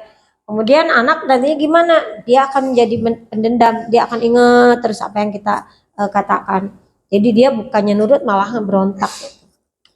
Ya, apa yang dikatakan murid meskipun diam, I don't care. Gitu. Saya nggak peduli, bodoh amat gitu. Nah kalau posisi sebagai teman ini, sebagai pembuat rasa bersalah, nah paling anak jatuh-jatuhnya maafin saya bu, maafin saya pak gitu. Ketika lain waktu melakukan lagi gitu. Nah kalau untuk memposisikan diri sebagai teman, nah ini. Tapi nanti siswa menjadi ketergantungan gitu. Jadi kalau kita ini tuh kalau kita tegur tuh dia akan berpikir gini, saya pikir ibu teman saya pikir bapak teman saya bisa mendukung saya, nah kayak gitu. Nah kalau untuk posisi pemantau, ini main data nih, perhitungan, peraturannya apa, konsekuensinya apa, kamu telah melakukan apa yang terjadi, terus aja nanya gitu. Nah nanti anaknya akan nurut kalau diawasi, kalau nggak diawasi anak lepas lagi gitu. Nah ini murid akan berpikir saya akan mendapatkan apa ya setelah melakukan itu gitu. Terus kalau saya melakukan itu saya dapat apa ya, itu pemantau. Nah kalau yang manajer, nah ini anak tuh benar-benar pure diajak ngobrol, digali kenapa kamu melakukan itu, terus apa keyakinan di sekolah kita. Kemudian kalau kamu yakin mau nggak memperbaikinya, bagaimana cara kamu memperbaiki gitu. Itu masuk ke restitusi nantinya. Nah ini akan menguatkan karakter anak. Nah, jadi anak akan berpikir gimana caranya supaya saya memperbaiki keadaan. Itu untuk manajer. Ini dampaknya. Kalau dihukum, dia akan mengulangi kesalahan terus. Kalau pembuat rasa bersalah, anak merasa gagal dan tidak berharga. Kalau memposisikan sebagai teman, nggak mandiri, jadi ketergantungan. Kemudian kalau pemantau, dia hanya ke dampak sendiri aja. Nah kalau sebagai manajer dia akan mengevaluasi diri menjadi lebih baik lagi. Itu kemudian posisi kontrol guru yang paling ideal yang disarankan untuk membimbing murid yaitu sebagai manajer, dan untuk sampai ke sini butuh waktu, butuh pembiasaan, butuh kesabaran gitu dari kita sebagai guru. Nanti pada saat kita langsung terjun di kelas banyak hal yang nggak keinget ke sini. Anak begini, segala macam, kadang-kadang jadi lupa kehelen ayah gitu. Balik lagi ke penghukum, balik lagi ke pembuat rasa bersalah. Nah ini untuk menjadi ini tuh sangat sulit.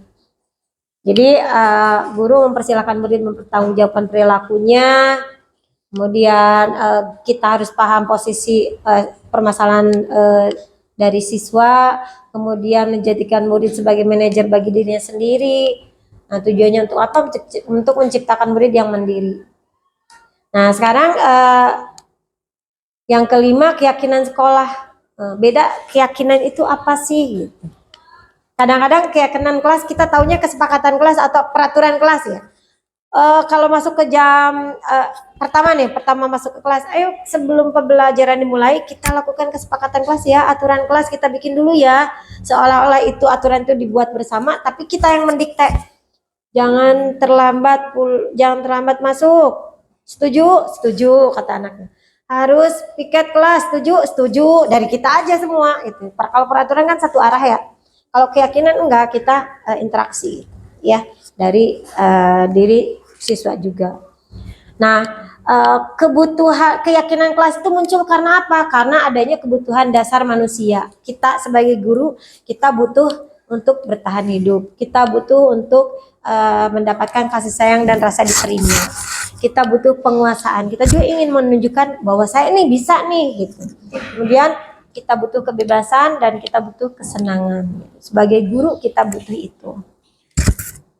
Nah, keyakinan sekolah atau keyakinan kelas ini peran guru mewujudkan terbentuknya keyakinan sekolah, atau kita lebih awamnya itu peraturan itu sebenarnya bukan peraturan itu, tapi yang lebih tepat adalah keyakinan kelas.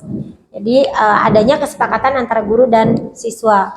Nah, keyakinan sekolah atau keyakinan kelas ini berupa pernyataan universal umum yang mudah diingat, dipahami dan harus diterapkan dalam lingkungan sekolah. Nah, ini kira-kira kita berpikir bersama nih, keyakinan kelas dan nilai kebajikannya, nilai-nilai universal yang ingin kita timbulkan dari peraturan ini. Peraturannya, ini baru peraturan ya, bukan belum sesuai dengan nilai kebajikan. Kembalikan barang ke tempatnya, kalau kita di kelas nih. Kembalikan barang ke tempatnya, tujuan dari kita memberikan aturan ini supaya apa sih? Tertib, tertata, disiplin ya.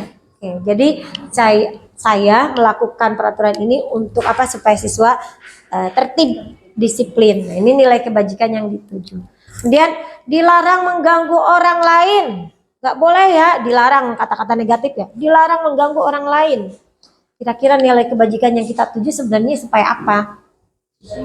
Tidak ribut, tertib. Ya, ketertiban nilai kebajikannya. Dan hadir di sekolah 15 menit sebelum pembelajaran dimulai. Bertanggung jawab, tanggung jawab. Dilarang melakukan kekerasan. Supaya anak menghargai orang lain ya. Berarti menghargai orang lain atau saling menghargai atau saling menghormati. Dilarang menggunakan narkoba.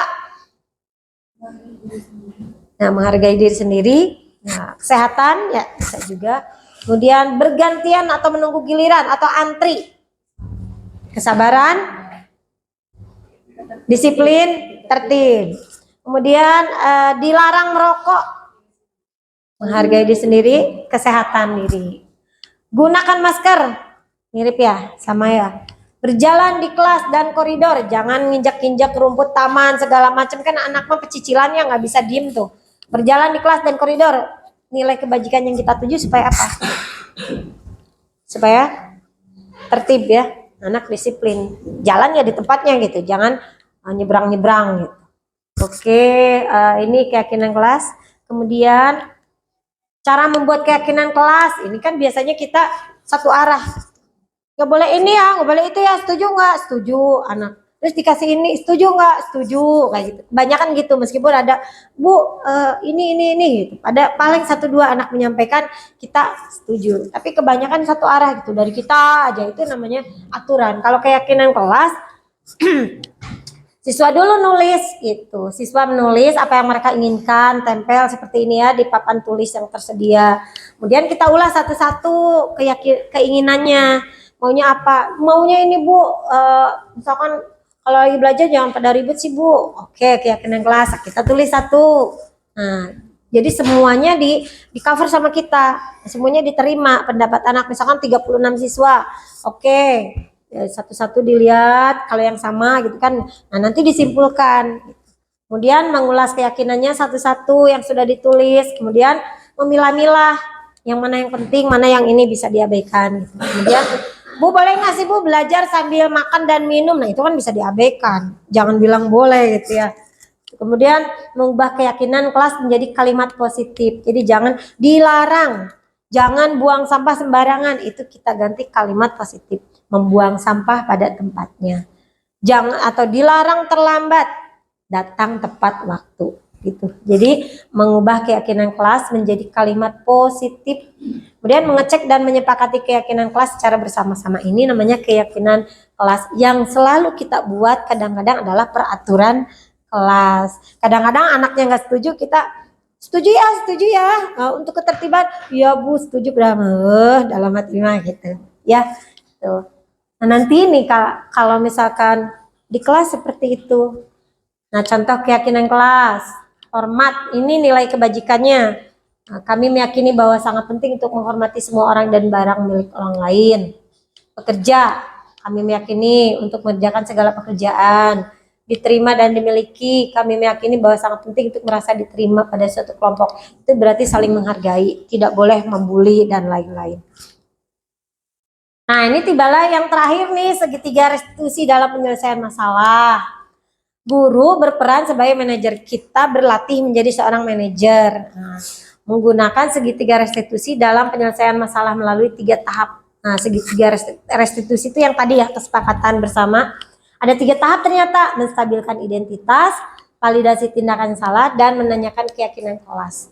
Tujuannya untuk apa? Untuk menghasilkan murid yang mandiri dan bertanggung jawab. Ini nanti saya akan gulirkan sebuah kasus. Nanti Bapak Ibu akan mendiskusikan yang menstabilkan identitas yang mana, ada enggak. Kemudian validasi tindakan yang salahnya ada tidak.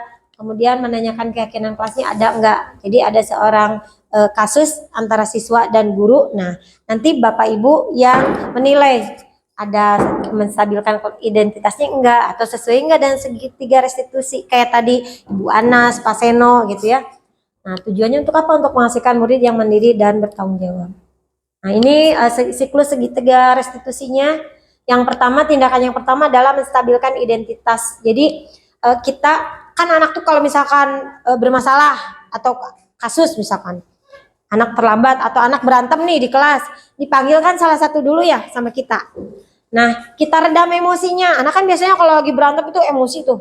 Apalagi dipanggil guru, wah pasti dicarekan ya. Saya pasti dihukum. Nah, stabilkan oleh kita identitasnya. Setiap orang pasti pernah melakukan kesalahan gitu. Tidak apa-apa gitu. Ajak ngobrol dulu. Nah, kamu kan bukan satu-satunya yang pernah melakukan ini. Nah, itu contoh kalimat menstabilkan identitas. Nah, kalau anak udah tenang, udah diam, baru melangkah ke tahapan yang kedua, yaitu validasi tindakan yang salah. Nah, jangan menyalah-nyalahkan. Kamu tadi berantem ya, kamu ini gitu, enggak. Nah, kita tanya dulu. Kalau hanya sekedar bertanya, apa yang terjadi tadi di kelas? Saya berantem Bu sama ini, atau Bu, saya berbicara kasar sama bapak ini, ya ibu ini gitu. Nah, kita tanya gini, kamu tentu punya alasan kenapa kamu melakukan itu. Coba boleh tahu nggak Ibu alasannya apa? Itu namanya validasi tindakan yang salah. Tidak menjudge anak bahwa kamu tuh salah, enggak. Kemudian ada nggak cara lain yang lebih efektif untuk mendapatkan apa yang kamu butuhkan atau supaya tidak terjadi? Sebenarnya ada nggak? Nanti anak jawab, ada sih Bu, harusnya begini. Nah, itu namanya validasi tindakan yang salah. Nah, terakhir, tahapan terakhirnya menanyakan keyakinan. Kira-kira keyakinan, jadi kan lebih ke aturan. Keyakinan kelas atau keyakinan sekolah apa yang telah kita sepakati kemarin, saling menghargai itu, atau tidak berkata kasar gitu, atau tidak melakukan tindakan yang kasar. Oke. Nah, terus nanti kira-kira tindakan kamu sesuai nggak dengan keyakinan kelas kita? Gitu. Nanti anak jawab kan? Enggak. Nah, oke. Jadi kira-kira kamu menurut kamu harusnya apa yang kamu lakukan gitu? Kayak gitu. Nanti ujung-ujungnya, nah kamu ingin menjadi orang yang seperti apa? Untuk memperbaiki ini, kamu mau melakukan apa gitu. Nanti anaknya, ya udah Bu, saya mau minta maaf. Ya udah Bu, gini. Nah, itu namanya segitiga restitusi. Dan ini kadang-kadang saya juga belum bisa kayak gini gitu. Ini ilmu baru yang ingin saya tularkan kepada teman-teman guru semua bahwa penting ya. Dan ini segitiga restitusi ini tidak hanya bisa diterapkan di sekolah, di lingkungan masyarakat, di rumah, di kampus, dimanapun gitu bisa. Tapi kadang memang butuh kesabaran kan untuk ya orang marah inget enggak ke tahapan-tahapan ini gitu ya. Tapi kan tetap harus mencoba. Nah, ini menstabilkan identitas, stabilize the identitas. Nah, bertujuannya untuk apa? Untuk mengubah identitas anak. Jadi, nah kata-katanya apa kalimatnya? Ketika anak dipanggil karena melakukan kesalahan, anak kan kadang lagi emosi atau lagi takut dihukum oleh kita, diem gitu anak tuh. Kita kalimatnya ini, berbuat salah itu tidak apa-apa. Itu validasi menstabilkan identitas. Atau nggak ada manusia yang sempurna, Ibu paham kamu melakukan itu gitu ya. Terus saya juga pernah melakukan kesalahan seperti itu dulu gitu. Atau kita bisa kok menyelesaikan masalah ini. Nah, itu menstabilkan anak, menstabilkan identitas anak. Kemudian Bapak kan tidak mencari siapa yang salah, tapi Bapak atau Ibu mencari solusi gitu. Maksudnya kamu dipanggil ke sini bukan mencari siapa yang salah gitu. Kita cari solusinya yuk gitu. Nah, kalau misalkan kamu berantem kenapa? Saya marah sama ini. Kamu berhak kok merasa begitu. Nah, jadi seolah-olah kita berpihak pada anak tersebut, pembuat kasus atau masalah itu. Tapi lihat tahap kedua, validasi tindakan yang salah. Jadi harus memahami teori kontrolnya bahwa cara berpikir proaktif mengenali tujuan dari tiap tindakan. Jadi kita harus paham anak bertindak seperti itu tuh kenapa. Nih, padahal kamu bisa melakukan yang lebih buruk dari ini ya. Misalkan berantem, kamu apain teman kamu? Saya dorong, Bu. Nah, itu kan sebenarnya salah. Tapi kita bertanyanya gini, padahal mah kamu bisa melakukan yang lebih buruk ya dari itu. Jadi anak tuh, oh, jadi ibu tuh nggak menyalahkan saya gitu. Kemudian kamu pasti punya alasan mengapa begitu. Nah, atau kamu patut bangga pada dirimu sendiri karena kamu telah melindungi sesuatu yang penting buat kamu, prinsip kamu gitu. Misalkan habis dia nyontek, Bu, saya nggak suka dicontek. Nah, prinsipnya kita hargai gitu. Perilakunya yang kita ingatkan. Nah, kamu boleh mempertahankan sikap itu, tapi kamu harus menambahkan sikap baru yang mana harus lebih sabar kayak gitu. Nah, ini validasi tindakan yang salah. Nah, ini yang terakhir, tindakan yang terakhir, seek the belief, menanyakan keyakinan. Teori kontrol juga berpindah menjadi orang yang dia inginkan. Jadi anak harus dihubungkan dengan nilai yang dia percaya. Contohnya, apa yang kita percaya sebagai kelas atau keluarga harus saling menghargai, Bu, gitu, harus saling menghormati. Nah, apa? Nanti anak menjelaskan. Nah, nanti setelah melakukan ini, setelah memperbaiki ini, kamu mau menjadi orang seperti apa? Jadi anak mulai berpikir. Nah, ini guru matematika lagi.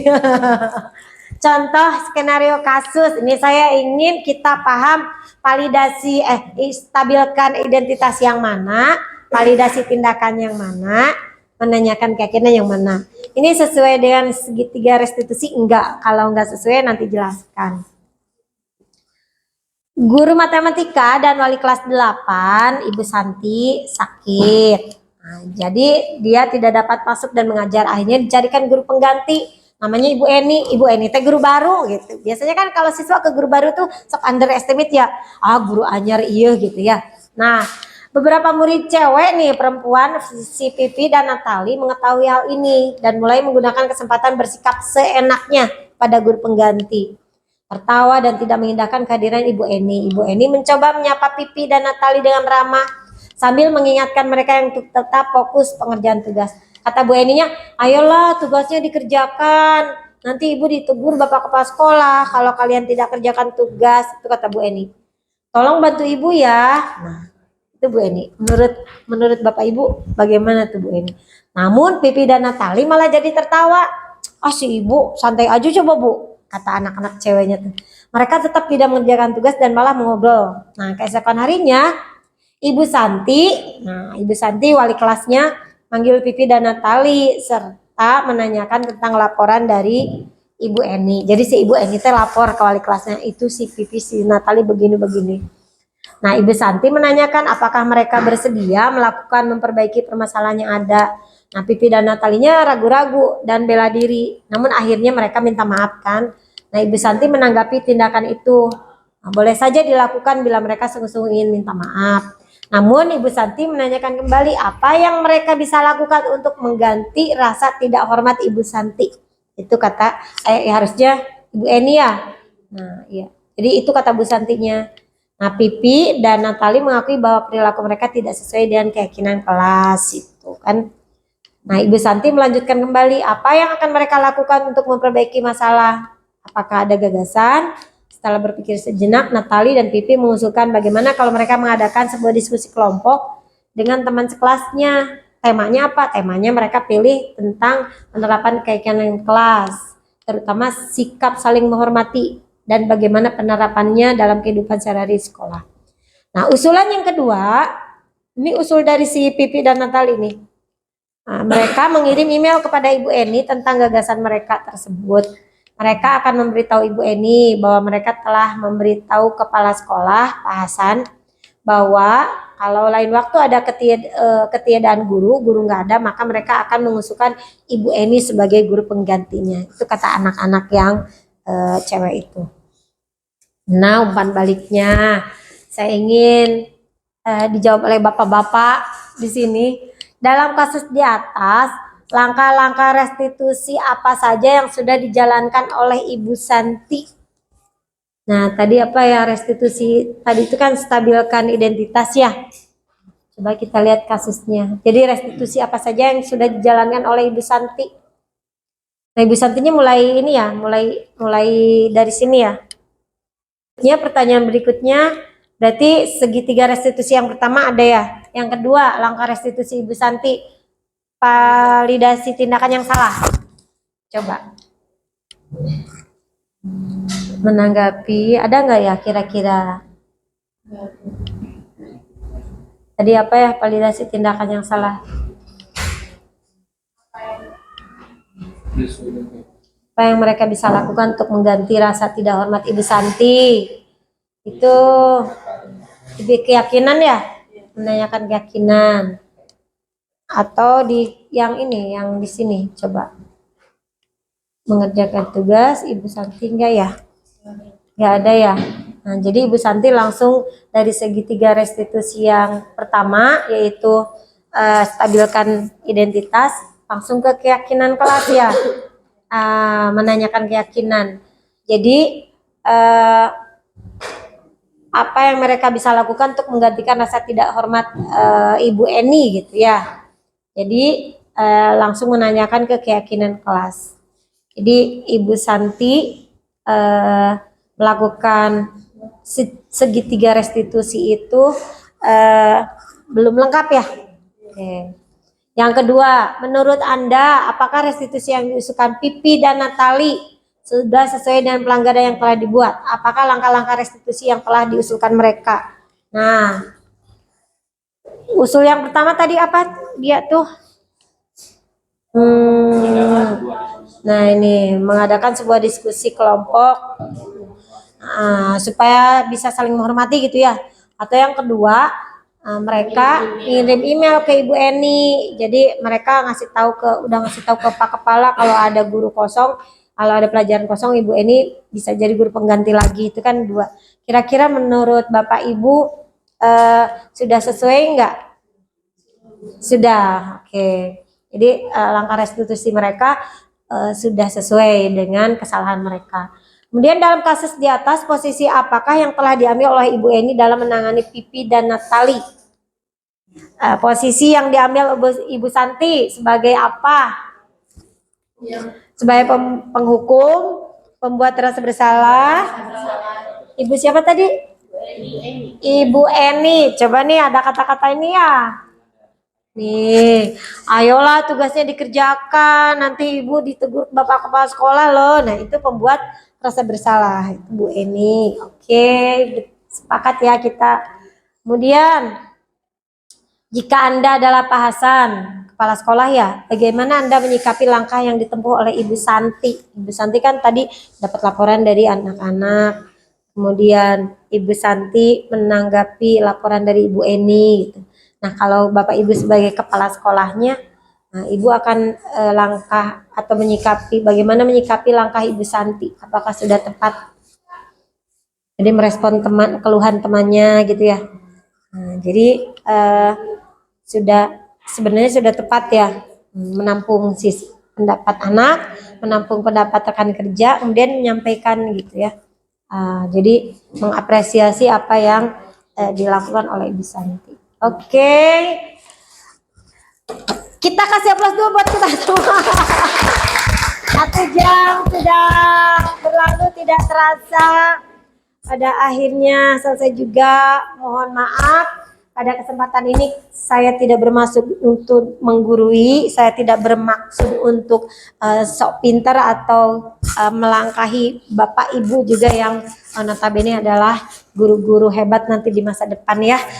Mudah-mudahan ilmu ini bermanfaat kemudian bisa diimbaskan lagi ke rekan-rekan yang lain, kemudian dari apa yang saya sampaikan, dari presentasi yang saya sampaikan, kita bersama-sama introspeksi diri, evaluasi diri bahwa kita sudah menjadi guru yang sesuai dengan apa yang tadi disampaikan tidak. Apakah kita sebagai guru sudah berpihak kepada murid atau tidak? Nah, itu sebagai bahan renungan saja untuk kita bersama supaya mudah-mudahan ke depannya kita bisa menjadi guru yang lebih baik lagi. Oke, terima kasih atas kebersamaannya 1 jam ini. Kemudian mohon maaf apabila ada hal-hal yang tidak berkenan. Jangan kapok kita untuk berbagi ilmu. Terima kasih atas perhatiannya. Wassalamualaikum warahmatullahi wabarakatuh. Atur nuhun.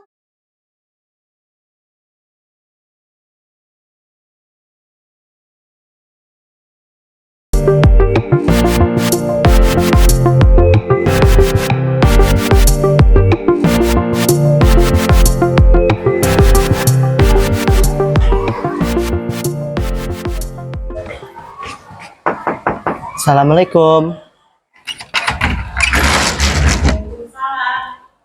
Bu. Hai, Bud. Masuk, Bud. Ya, Bu. Lagi belajar nggak? Tidak, Bu. Lagi jam kosong. Udah selesai ya? Ya, sudah, Bu. Maaf ya Ibu mengganggu waktunya. Ya, Ibu tidak Ini apa-apa. Ibu dengar-dengar tadi ada keributan katanya di kelas 11-10. Nah, tadi sebenarnya ada apa sih? Iya, Bu. Tadi saya berantem sama Bagus. Berantem? Iya. Kok bisa? Lagian saya kesal, Bu, sama Bagus. Oh, sebenarnya Ibu panggil Budi ke sini itu bukan untuk mencari siapa yang salah ya Budi ya. Jadi Ibu hanya ingin tahu kejadiannya apa. Siapa tahu kita bisa menemukan solusi dari permasalahan ini. Kalau boleh tahu, kenapa Budi kesal sama Bagus tuh? Bagus itu tidak ikut kerja kelompok, Bu. Tapi dia namanya ingin ditulis di dalam laporan. Pakai maksa lagi. Oh, begitu.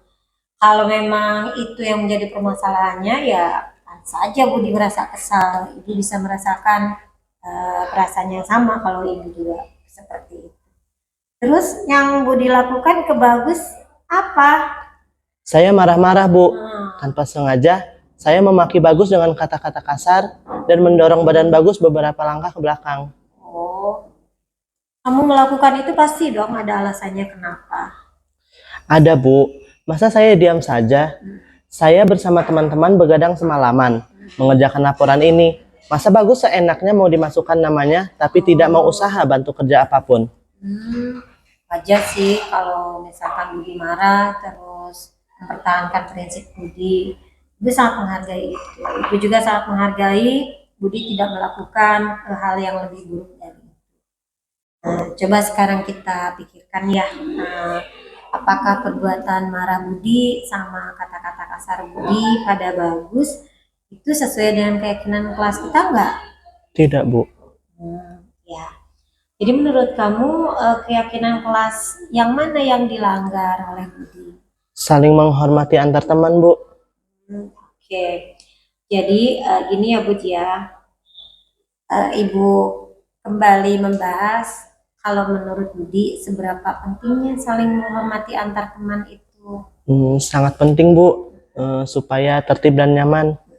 Jadi keyakinan apa yang kamu lakukan, yang seharusnya kamu lakukan ketika Budi sedang marah? Harusnya Budi lebih sabar. Lebih sabar ya, Ya. Lebih menahan emosi ya. Ya, Bu. Nah untuk itu Budi bisa bersedia nggak memperbaiki masalah ini? Bersedia, Bu. Oke. Nanti untuk memperbaiki masalah ini kira-kira apa yang mau Budi lakukan? Budi harus lebih bersabar dan menahan emosi. Kalau ada teman yang memaksa lagi, meminta dimasukkan namanya atau mencontek tugasnya, saya akan melaporkannya kepada guru mata pelajaran. Oke. Tepat sekali keputusan Budi untuk kembali mereview keyakinan kelas kita. Oke, kalau Budi sudah tahu konsekuensinya apa, Mohon maaf Ibu mengganggu waktunya. Ya, Ibu. Ya. Terima kasih atas kesediaan Budi untuk ngobrol sama Ibu Ya, Ibu, pada sama-sama. kesempatan hari ini. Ya. Maaf ya mengganggu Ya, Ibu, waktunya. tidak apa-apa. Ya, silakan kembali ke kelas. Ya, Semangat Ibu. terus ya, Bu. Ya, Ibu, izin pamit ya. Iya. Hati-hati ya. Ya, Ibu. Assalamualaikum warahmatullahi wabarakatuh. Halo, perkenalkan nama saya Muhammad Budiman Slamet dari kelas 1110. Saya senang sekali mengobrol dengan Ibu Ella karena dengan mengobrol dengan Bu Ella, saya belajar mengendalikan emosi karena perilaku teman sekelas saya. Sekarang saya sadar bahwa saya harus bisa mengendalikan diri dan menghormati sesama teman. Kedepannya, saya akan berusaha untuk lebih baik lagi. Terima kasih. Wassalamualaikum warahmatullahi wabarakatuh.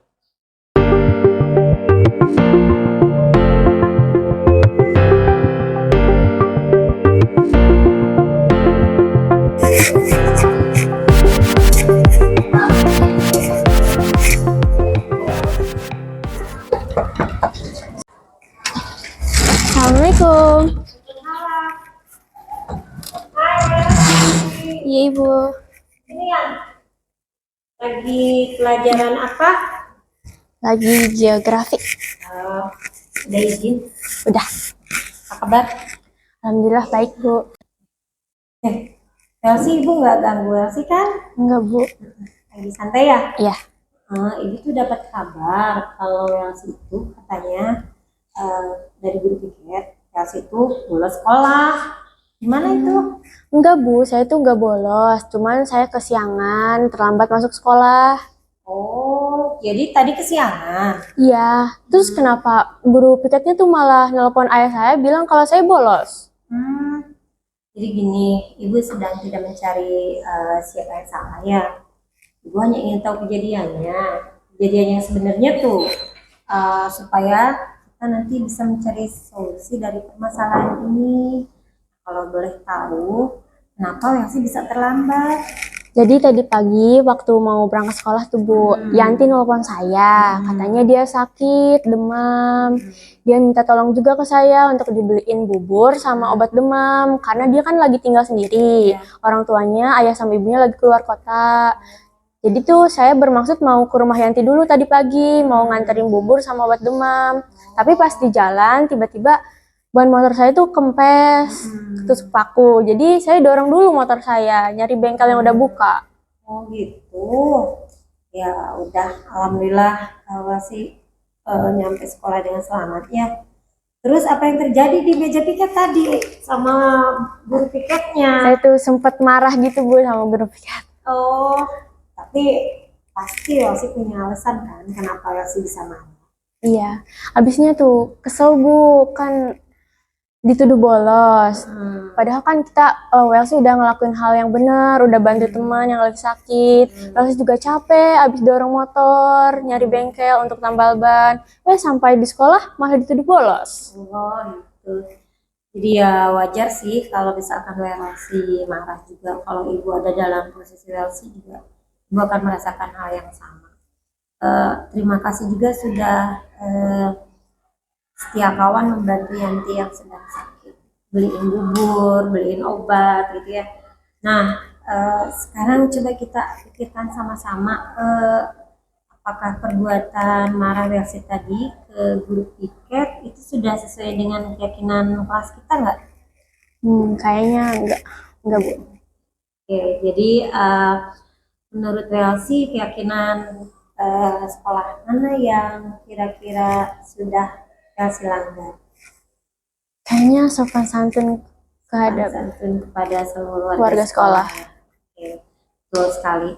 Kalau menurut Elsie, seberapa penting sih kita harus sopan dan santun kepada seluruh warga di sekolah?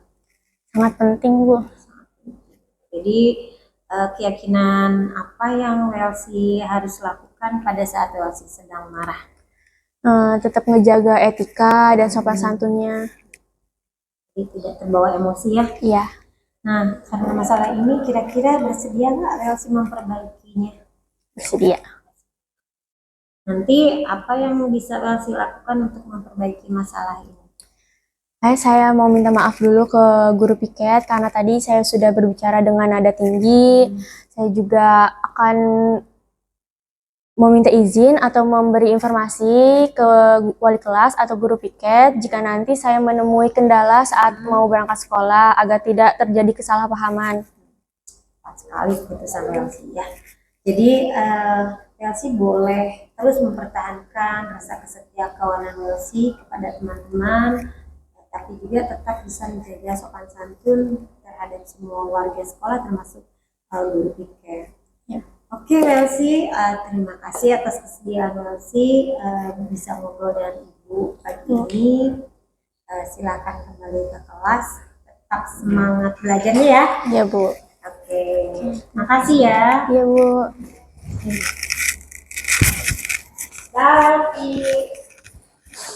Assalamualaikum warahmatullahi wabarakatuh.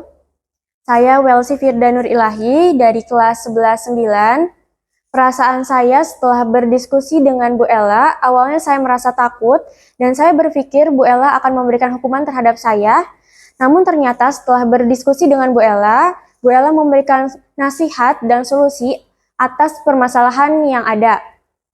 Saya mendapatkan ilmu dan pengalaman bagaimana mengelola emosi saat sedang marah. Saya juga jadi memahami pentingnya menjaga sopan santun kepada seluruh warga sekolah agar terciptanya keharmonisan di lingkungan sekolah. Terima kasih. Wassalamualaikum warahmatullahi wabarakatuh.